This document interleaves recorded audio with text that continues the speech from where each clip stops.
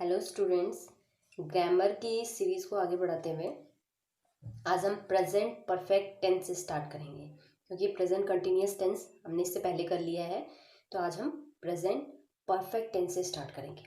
देखो बच्चों, present perfect tense जो होता है, जैसे आपको मैंने प्रेजेंट कंटिन्यूअस टेंस में बताया था, उसमें मैंने आपको बताया था कि वर्ब यानी जो क्रिया है उसकी कंटिन्यूटी यानी उसकी निरंतरता, उसके लगातार होने का आभास होता है। ठीक उसी तरीके से प्रेजेंट परफेक्ट टेंस में हमें किसी काम के खत्म होने का यानी कंप्लीट होने का सेंस मिलता है।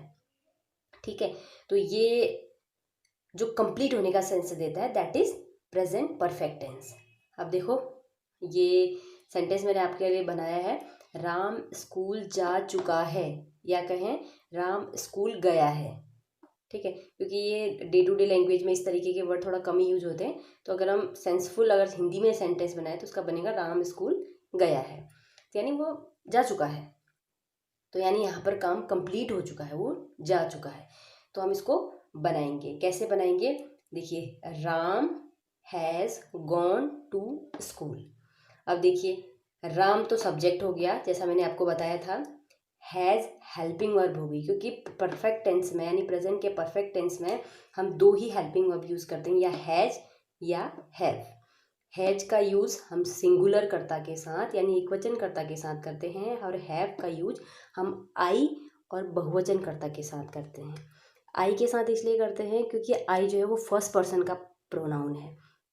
ठीक, और आई और प्लूरल के साथ बहुवचन कर्ता के साथ करते हैं। और जहाँ पर भी हैज और हैव आपको लगा हुआ दिखेगा तो वहाँ पर हम वर्ब की हमेशा थर्ड फॉर्म का यूज़ करते हैं, उसके बाद उसका ऑब्जेक्ट लिखते हैं। ठीक है, ये तो हो गया हमारा सेंटेंस का स्ट्रक्चर। तो इसी स्ट्रक्चर पर बेस करके हमने ये आंसर बनाया है। राम सब्जेक्ट हो गया, उसकी हेल्पिंग वर्ब, क्योंकि ये सिंगुलर है तो हैज लगा हुआ है। वर्ब की थर्ड फॉर्म गो की थर्ड फॉर्म गॉन, इसके लिए आपको वर्ब की फॉर्म से याद करनी पड़ेगी। तो go, went, gone to school, school इसका ऑब्जेक्ट हो गया। तो राम स्कूल गया है, राम स्कूल जा चुका है। इसी तरीके से दूसरा सेंटेंस है, मैंने खेल लिया है, यानी मैं खेल चुका हूँ। I have played. ठीक, अब यहाँ पर हमने ऑब्जेक्ट नहीं दिए हैं, क्या खेल लिया, फुटबॉल, क्रिकेट, कुछ भी लगा सकते हैं ऑब्जेक्ट। तो यहाँ पर इतने में सेंटेंस हमने कंप्लीट कर दिया है कि आई हैव प्लेड। आई क्योंकि फर्स्ट पर्सन प्रोनाउन है इसीलिए इसके साथ हैव का यूज किया गया है, और प्लेड वर्ब की थर्ड फॉर्म हो गई। ठीक, इस स्ट्रक्चर में रख के हमने ये सेंटेंस कंप्लीट कर लिया है। एक छोटी सी बात बच्चों यहाँ पर थोड़ा बताने के लिए ज़रूरी हो जाती है, क्योंकि जो प्रेजेंट परफेक्ट टेंस है इसके जो सेंटेंसेस हैं वो थोड़ा बहुत पास्ट के इंडेफिनिट टेंस से मेल खाते हैं। तो यहाँ पर थोड़ा सा इस बात का सेंस रखना कि अगर पास्ट का इंडेफिनिट टेंस अगर आपको, क्योंकि वो भी काम के कंप्लीट होने का सेंस देता है, अगर उस तरीके का आपको सेंस लगे तो वहाँ पर आपको कोई ना कोई टाइम को डिनोट करता हुआ सेंटेंस दिखाई देगा, यानी वर्ड दिखाई देगा। टाइम को डिनोट करने वाला वर्ड वहाँ पर शब्द दिखाई देगा, जैसे yesterday, last day, last week, last night. ठीक, इस तरीके से उस टाइम को डिनोट करने के लिए कुछ ना कुछ आपको की वर्ड दिया गया होगा, जिससे आपको पहचानना है कि वो प्रेजेंट पास्ट का इंडेफिनिट है या प्रेजेंट का परफेक्ट है। ठीक, अभी केवल यहीं तक समझो। और अगर हम नेगेटिव प्रेजेंट परफेक्ट टेंस के नेगेटिव की बात करें तो बच्चों यहाँ पर देखिए, हम क्या करेंगे, structure subject plus has have plus not, has have के बाद नॉट, वर्ब की थर्ड फॉर्म ऑब्जेक्ट, यानी पूरा स्ट्रक्चर वही रहेगा, हैज हैव के बाद नॉट लगा देंगे। ठीक हो गया। अब अगर इसका हम सेंटेंस बनाने के लिए कोशिश करें तो देखिए, राम स्कूल नहीं गया है, तो क्या बनेगा, Ram has not gone to school. बाकी स्ट्रक्चर सेम रहेगा, बस नॉट ऐड कर लेंगे। अब देखो बच्चों, इंट्रोगेटिव सेंटेंस की बात करते हैं। आपको मैंने पहले भी बताया है कि इंट्रोगेटिव दो प्रकार के होते हैं, एक क्या से शुरू होने वाले और एक बीच में WH फैमिली। WH फैमिली यानी why, what, when, where, why, इस तरीके की। अब देखो, पहला सेंटेंस है जो W से स्टार्ट यानी जो क्या से स्टार्ट होगा, क्या आपने खाना खा लिया है। तो अगर हम यहाँ पर क्या है तो यहाँ पर व्हाट नहीं होगा, इसका सेंस, इस क्या का सेंस हम वर्ड से नहीं निकालेंगे, क्या लिखेंगे, हेल्पिंग वर्ब को आगे कर देंगे, हैव यू ईटन फूड। ठीक, क्योंकि हम इसमें क्या करते हैं, हेल्पिंग वर्ब को आगे कर देते, एज इट इज रहता है बाकी स्ट्रक्चर। तो हैव यू ईटन फूड, ये बन गया, हेल्पिंग वर्ब से स्टार्ट हो गया। दूसरा, अगर बीच में आपके WH वर्ड हैं यानी क्वेश्चन वर्ड हैं तो उनको पहले ट्रांसलेट करके आगे लेते हैं, फिर सेम स्ट्रक्चर रहता है। देखिए जैसे व्हाट को, क्या को इंग्लिश में व्हाट कहते हैं, what have you eaten, what have you eaten, like this. तो इस तरीके से बोलेंगे। तो यहाँ पर आपको समझ में आ गया होगा कि इस क्या में और इस क्या में क्या डिफरेंस है। इसको हम हेल्पिंग वर्ब से लेते हैं और इसको हम इसका इंग्लिश ट्रांसलेशन करके इसको सेंटेंस में रखते हैं, ठीक।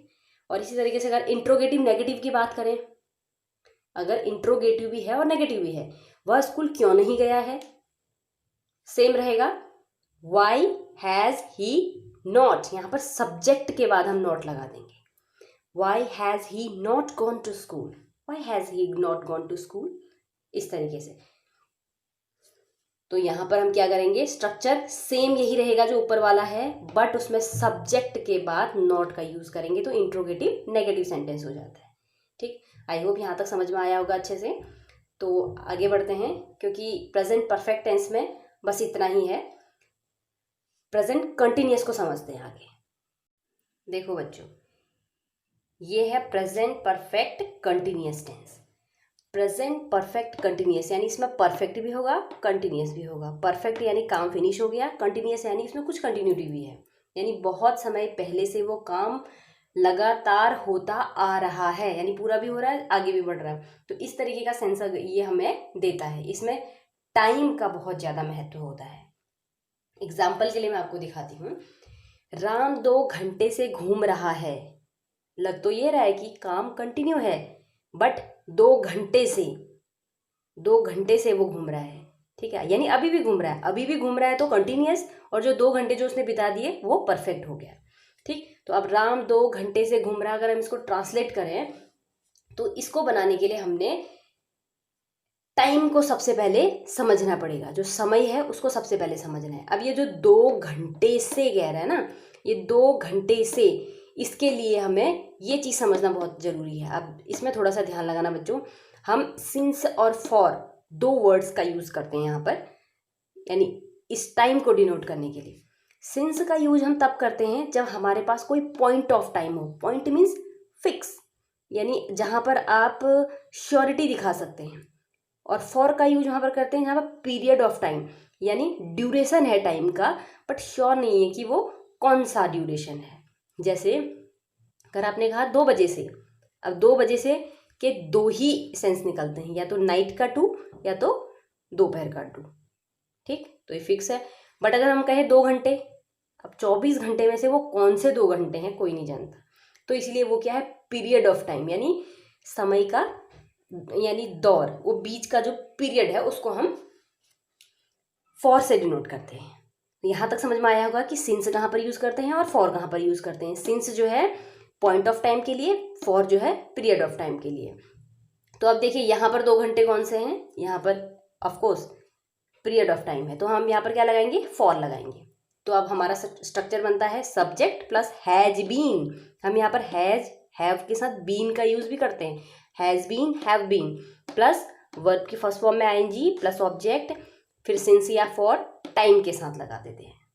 अब हम अगर इस सेंटेंस को इस स्ट्रक्चर में रखेंगे तो क्या बनेगा, राम, अब राम क्योंकि हमारा क्या है, सिंगुलर है, तो हम हैज लगाएंगे।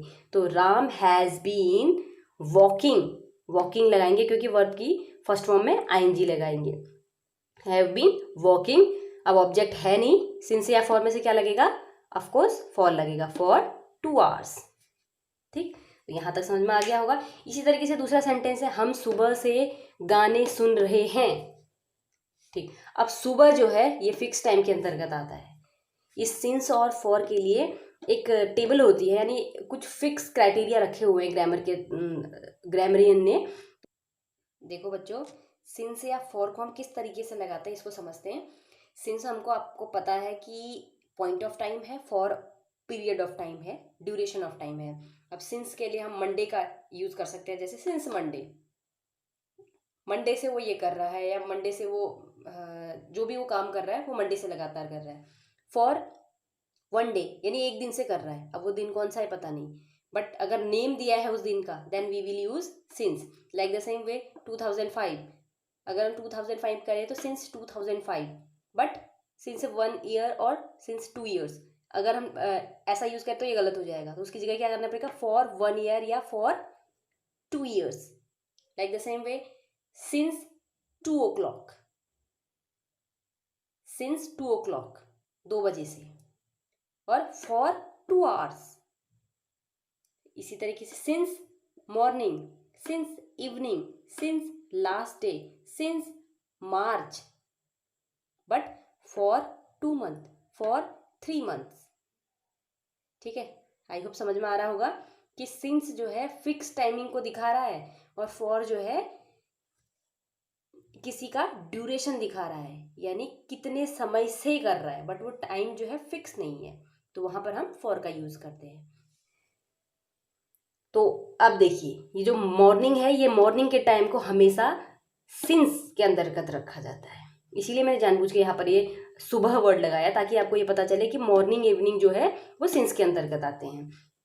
तो अगर हम सेंटेंस को बनाएंगे तो क्या बनेगा, वी हैव बीन, क्योंकि हैव होगा, ये प्लूरल है, वी हैव बीन लिसनिंग, सुनने को लिसनिंग, सॉन्ग्स, अब सिंस या फॉर सिंस लगेगा, सिंस मॉर्निंग। इस तरीके से सेंटेंस को हम बनाते हैं। आई होप आपको अच्छे से समझ में आया होगा। अब समझते हैं कि इसका नेगेटिव कैसे बनेगा।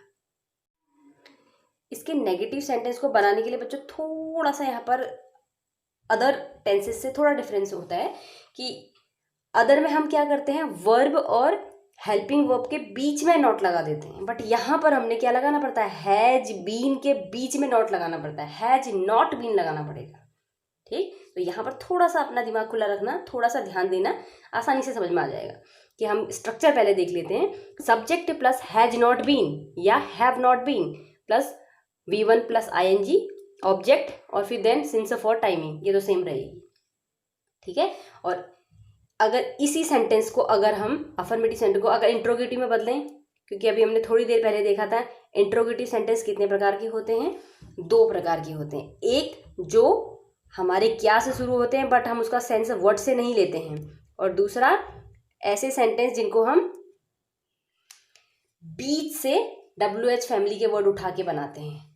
अब इसमें देखिए इसका स्ट्रक्चर है WH plus has have plus subject, same थोड़ा सा ध्यान देने की जरूरत यहाँ पर भी है कि सब्जेक्ट के बाद हम बीन लगाएंगे, हैज हैव बीन के बीच में सब्जेक्ट आ जाता है, जैसे यहाँ पर नॉट आया था तो सेम उसी तरीके से, इसीलिए इनको मैं दोनों को साथ में बता रही हूँ कि जैसे हैज नॉट बीन हुआ था तो उसी तरीके से इंट्रोगेटिव में हैव सब्जेक्ट प्लस बीन हो जाएगा, plus V1 plus ING object since for plus timing.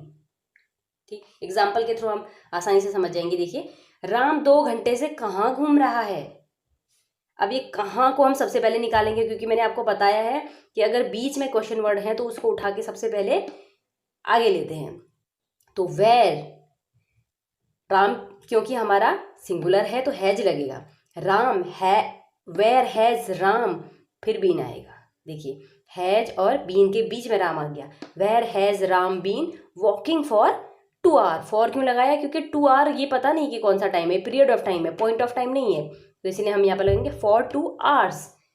ठीक, अब देखिए अब ये थोड़ा सा डिफरेंट टाइप का सेंटेंस आप यहाँ पर मैंने आपको एग्जाम्पल के थ्रू दिखाया है कि वह कब से खेल रहा है। अब आप कहेंगे यहाँ पर टाइम नहीं है, बट यहाँ पर जो कब है ये टाइम को ही डिनोट कर रहा है। ठीक है, क्योंकि वो टाइम पूछ रहा है कब से खेल रहा है, तो वहां पर वो टाइम को पूछने के लिए जो सेंटेंस में वर्ड यूज किया गया है वो भी टाइम को डिनोट कर रहा है, इसीलिए हम इसको सेंटेंस को इस तरीके से बनाएंगे, since when has he been playing, since when has he been playing. तो व्हेन तो हमने ये उसी तरीके से बनाया जैसे हम स्ट्रक्चर बनाते हैं, बट हमको सिंस सबसे आगे ले लिया, क्यों, क्योंकि हमको सिंस वर्ड जो है किसको डिनोट करता है, टाइम को, और उससे पहले लगाना पड़ता है, इसीलिए सिंस व्हेन लगाएंगे। आई होप आपको प्रेजेंट परफेक्ट टेंस और प्रेजेंट परफेक्ट कॉन्टिन्यूअस टेंस अच्छे से समझ में आया होगा। दोबारा इस वीडियो को सुनिए ताकि आपके दिमाग में बनिए अच्छे से इसका पूरा पिक्चर तैयार हो जाए और आप आसानी से कोई भी सेंटेंस जो प्रेजेंट परफेक्ट और प्रेजेंट परफेक्ट कॉन्टिन्यूअस में आए आसानी से आप उसको समझ सको। Okay, thanks for listening to me. Keep watching my channel.